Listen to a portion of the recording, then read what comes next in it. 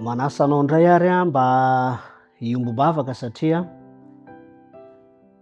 hiaraka hanolotra eo am-pelatanan'Andriamanitra izao atom-bavaka izao isika. Raha tsara indrindra sy any an-danitra misaotra anao zay satria mbola nomenao fahafahana indray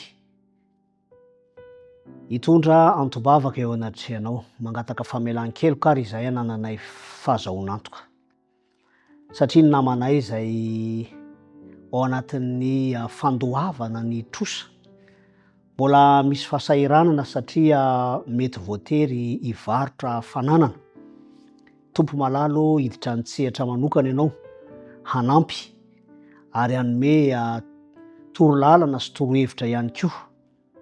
Raha misy fomba ahafahana miala amin'izany na ihany koa ny fahafahana